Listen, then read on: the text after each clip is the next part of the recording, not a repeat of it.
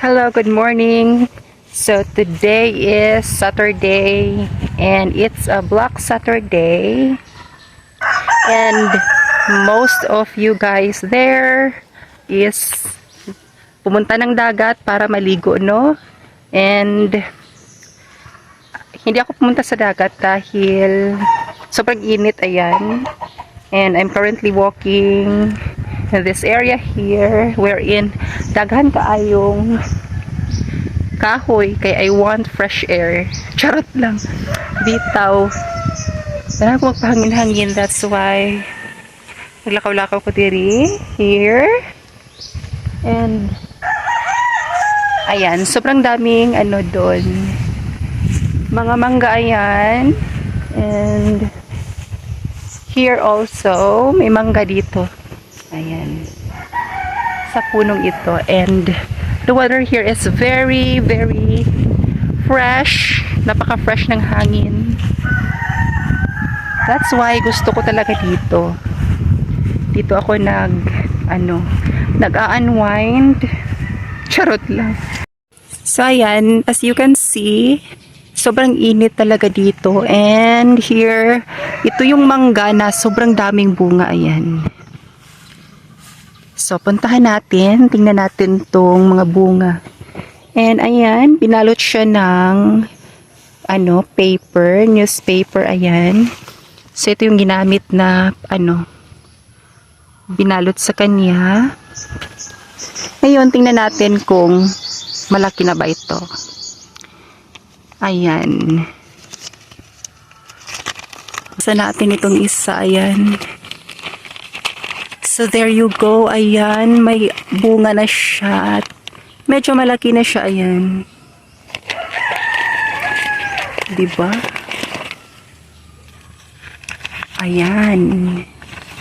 Kaya siya binalot ng papel kasi para hindi siguro para hindi siya tawag doon, kainin ng insekto.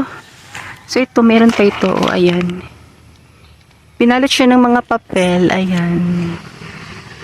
So, kunin natin to. Ayan.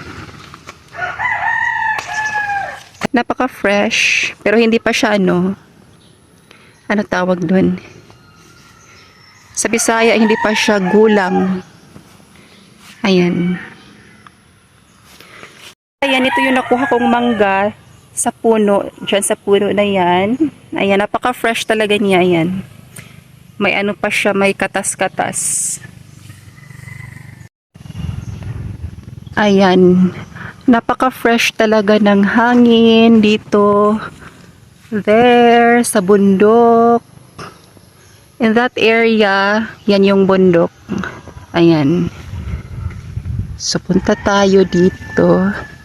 Sa may sapa. That area, doon yung sapa. Ayan.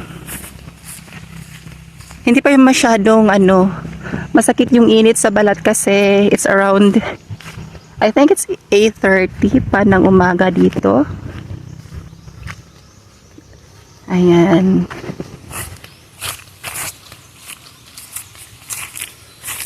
Ayan, napaka-fresh ng tubig.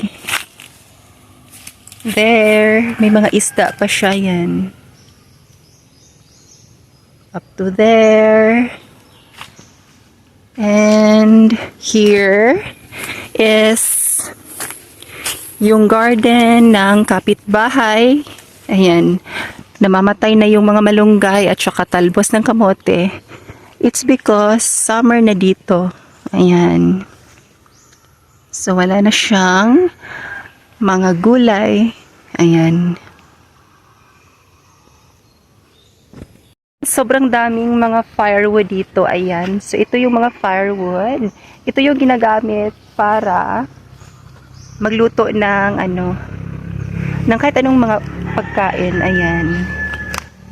So, sa probinsya, dito sa probinsya, ito talaga yung ginagamit na panggatong. Ayan. Sobrang dami yan. Ayan.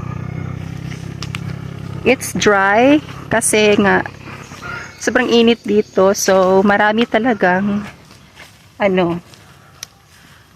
mga kahoy na pwedeng gawing panggatong. At ang kati ng ilong ko, ayan. So, ito yun. O, ang bango niya. Napakabango niya. Ayan. Fresh talaga siya. So, ayan. Punta na naman tayo dito sa aming garden. In this area here. Dito yung aming garden. And we have here papaya. And also we have talbos ng kamote. Pero namamatay siya kasi mainit dito. Here. So, ito yun. Ayan. Ito yung mga papaya. So, green pa siya. Wala pa siyang hinog. And here, this area. Hinihingal talaga ako. Sobrang init dito. And this area, we have here talbos ng kamote. Pero, ayan. Namamatay na siya kasi nga summer and dry season kaya namamatay yung mga talbos ng kamote here. Ayan. Ang init na dito kaya uuwi na ako sa bahay and that's it for today. Bye-bye!